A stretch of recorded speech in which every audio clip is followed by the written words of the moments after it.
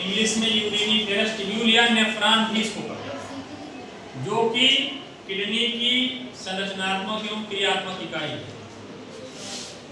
इसकी संख्या प्रत्येक किडनी में लगभग 10 मिलियन होती है, 1 करोड़ के आसपास होती है। ये सभी माँ के गर्भ में ही गर्भावस्था में बन जाती हैं बच्चों में। बाद में जब बच्चा डिलीवर हो जाता है, पैदा हो जाता है, तो बाद में कोई नेफ्रॉन बनता नहीं है, उसकी साइज बड़ी हो जाती है, छोटे से बड़े हो जाती है। बच्चा बढ़ता है उससे नेफ्रॉन भी बढ़ता है, किडनी बढ़ती है नेफ्रॉन बढ़ता है, लेकिन उसके नंबर नहीं बढ़ते। जितने नंबर है उतने रहेगा, जितना माँ के गर्भ में बन गया उतने रहेगा जिंदगी भर। खराब हो सकता है, कम हो सकता है, लेकिन बढ़ नहीं सकता। इसलिए अपने नेफ्रॉन को बचा के रखो, पानी बराबर पीते रहो, गुस्सा में नहीं पानी दाना मत छोड़ा करो, ठीक है। इसके 2 भाग होते हैं, एक को कहा जाता है मैलपीजियन कैप्सूल। क्या कहते हैं? मैलपीजियन कैप्सूल। मैलपीजियन कैप्सूल। दूसरा है नलिकाएं। मैलपीजियन कैप्सूल के भी 2 भाग होता है, एक को कहा जाता है ग्लोमेरुलस, दूसरे को कहा जाता है बाउमियन कैप्सूल। ग्लोमेरुलस का निर्माण 2 धमनियों से होता है। आने जो इसमें नेफ्रॉन में धमनी आती है उसको कहा जाता है अभिवाही धमनी, या अंग्रेजी में कहा जाता है अफरेंट आर्टरी, आर्टरियोल कहा जाता है। और उसके बाद फिर ये बनाती है शिराएं, और शिरा से फिर एक धमनी निकलती है, उसको कहा जाता है इफरेंट या अपवाही धमनी। इसका व्यास कम होता है अपवाही का, अभिवाही का ज्यादा है, ठीक। ये ब्लड के साथ साथ सभी उत्सर्जी पदार्थ को लेके आती है अपने साथ, ब्लड में ब्लड से किडनी में लेके आती है। फिर उसके बाद ये आपको ऐसे कटोरे जैसा दिख रहा है, इसको कहा जाता है बाउमियन कैप्सूल, ठीक। बाउमियन कैप्सूल फिर आगे नलिका बनाता है। बाउमियन कैप्सूल से लगी हुई नलिका को कहा जाता है समीपस्थ कुंडलित नलिका। समीप मतलब नजदीक, जो कि नजदीक है बाउमियन कैप्सूल को कहा जाता है समीपस्थ कुंडलित नलिका। इंग्लिश में कहा जाता है प्रॉक्सिमल कन्वोल्यूटेड ट्यूब्यूल्स या पीसीटी कहा जाता है, ठीक। फिर उसके बाद इसमें सबसे ज्यादा पुनर्अवशोषण होता है, अभी आप जानते पढ़ाएंगे पुनर्अवशोषण सबसे ज्यादा यही होता है।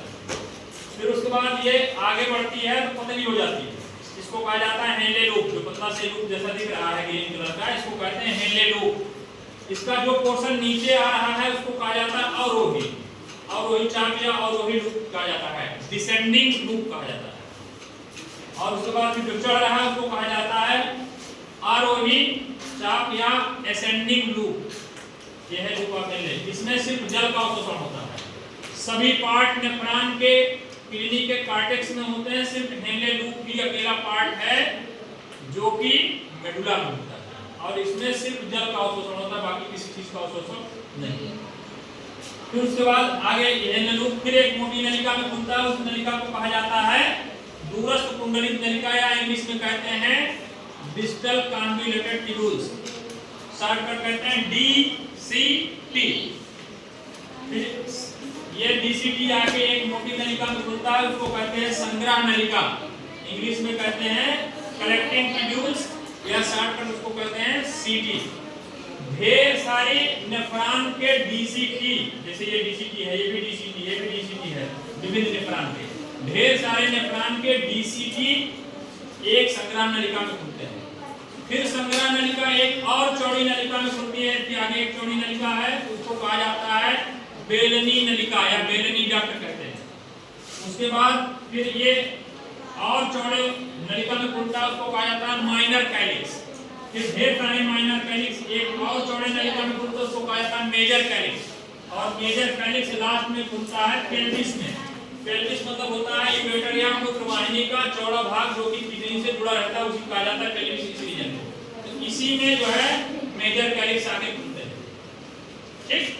तो अब यहाँ से मूत्र जो है आ जाता है यूरेटर में या मूत्रवाहिनी में, मूत्रवाहिनी से फिर चला जाता है मूत्राशय में, और मूत्राशय में इकट्ठा होता है, बाकी जब फिर इसको वॉशरूम लगती है निकाल देता है कि नहीं?